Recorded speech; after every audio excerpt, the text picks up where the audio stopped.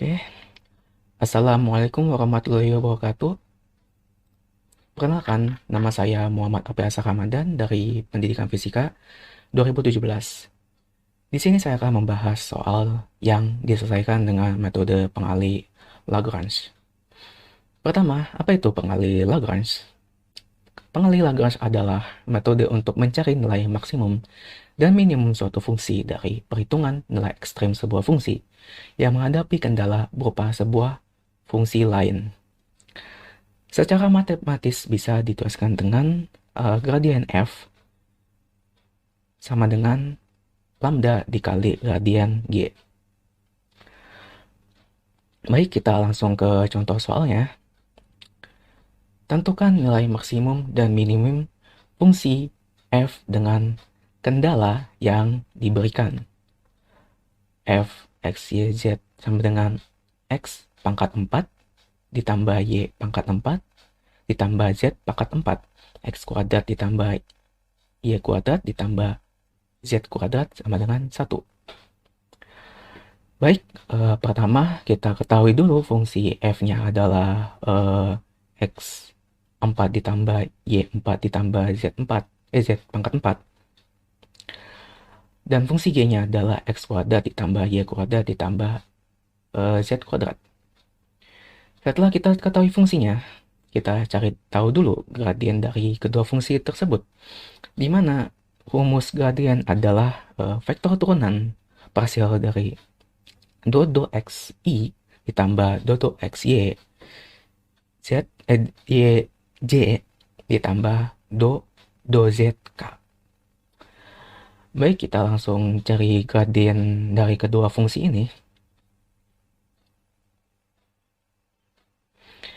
Dan didapatkan gradien f adalah 4x pangkat 3 pangkat 3i ditambah 4y pangkat 3j ditambah 4z pangkat 3k. Dan gradien g-nya adalah 2xi ditambah 2yj ditambah 2zk.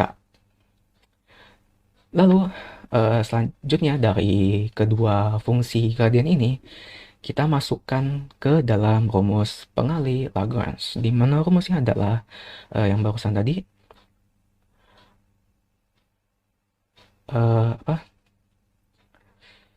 gradien f sama dengan lambda gradien g. Baik, kita langsung masukkan saja. Dan dari persama ini kita cari nilai lambdanya. Baik, kita langsung mengarahkan ke kumpulan persamaan untuk mencari lambdanya. Di sini lambdanya ada 3 nilai, di mana lambda yang pertama itu sama dengan 2x kuadrat, lambda yang kedua adalah 2y kuadrat, dan lambda yang ketiga 2z kuadrat. Dan dari sini kita bisa simpulkan bahwa 2x kuadrat itu sama dengan 2y kuadrat dan sama dengan 2z kuadrat. Bisa disederhanakan lagi menjadi x kuadrat sama dengan y kuadrat sama dengan z kuadrat. Baik, dari persamaan x kuadrat sama dengan y kuadrat sama dengan z kuadrat barusan tadi, kita bisa cari titik kritis dari fungsi g.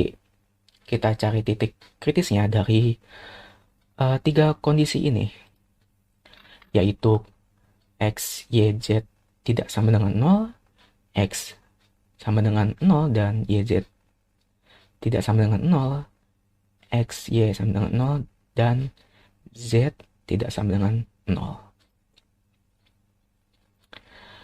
Oke, pertama kita cari dahulu titik kritisnya di kondisi pertama. Nah, karena x kuadrat sama dengan y kuadrat sama dengan z kuadrat, kita bisa masukkan variabel x kuadrat ke variabel y kuadrat dan z kuadrat di fungsi g. Baik, jadinya x kuadrat ditambah x kuadrat ditambah x kuadrat sama dengan 1.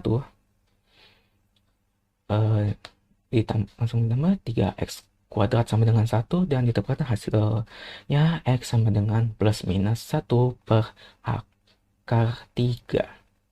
Maka didapatkan hasil titik kritisnya adalah plus minus 1 per akar 3 plus minus 1 per akar 3 plus minus 1 per akar 3. Oke, yang selanjutnya kondisi yang kedua, x sama dengan 0 dan YZ tidak sama dengan 0. Y kuadrat sama dengan Z kuadrat. Jadinya kita bisa masukkan variabel Y kuadrat ke variabel Z kuadrat. Oke, langsung kita masukkan di mana X tadi sama dengan 0 kuadrat. Ditambah Y kuadrat sama dengan 1. Dan didapatkan hasilnya Y sama dengan plus minus 1 per akar 2. Maka didapatkan titik kritisnya yaitu 0 plus minus 1 per akar 2 plus minus 1 per akar 2 plus minus 1 per akar 2 0 plus minus 1 per akar 2 plus minus 1 per akar 2 plus minus 1 per akar 2 0. Dan yang kondisi yang terakhir, kondisi yang ketiga, di mana X dan Y sama dengan 0 dan Z tidak sama dengan 0. Langsung masukkan aja tadi X sama dengan 0 kuadrat ditambah Y sama dengan 0 kuadrat ditambah Z kuadrat sama dengan 1. Dan ditekan hasilnya Z sama dengan plus minus 1. Maka didapatkan titik kritisnya yaitu 0 plus minus 1, 0 plus minus 1 0 plus minus 1 0. Setelah kita menentukan titik kritisnya, kita bisa masukkan titik kritis tersebut ke fungsi f. Oke, langsung yang tadinya titik kritis di kondisi pertama, kita masukkan ke fungsi f.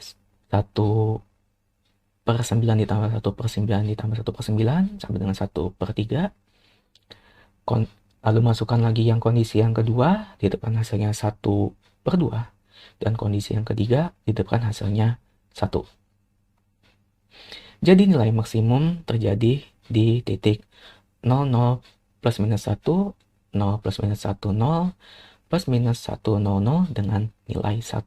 Dan nilai minimum terjadi di titik plus minus 1 per akar 3 plus minus 1 per akar 3 plus minus 1 per akar 3 dengan nilai 1 per 3. Baik, sekian dari video saya. Terima kasih sudah menonton. Mohon maaf bila salah kata.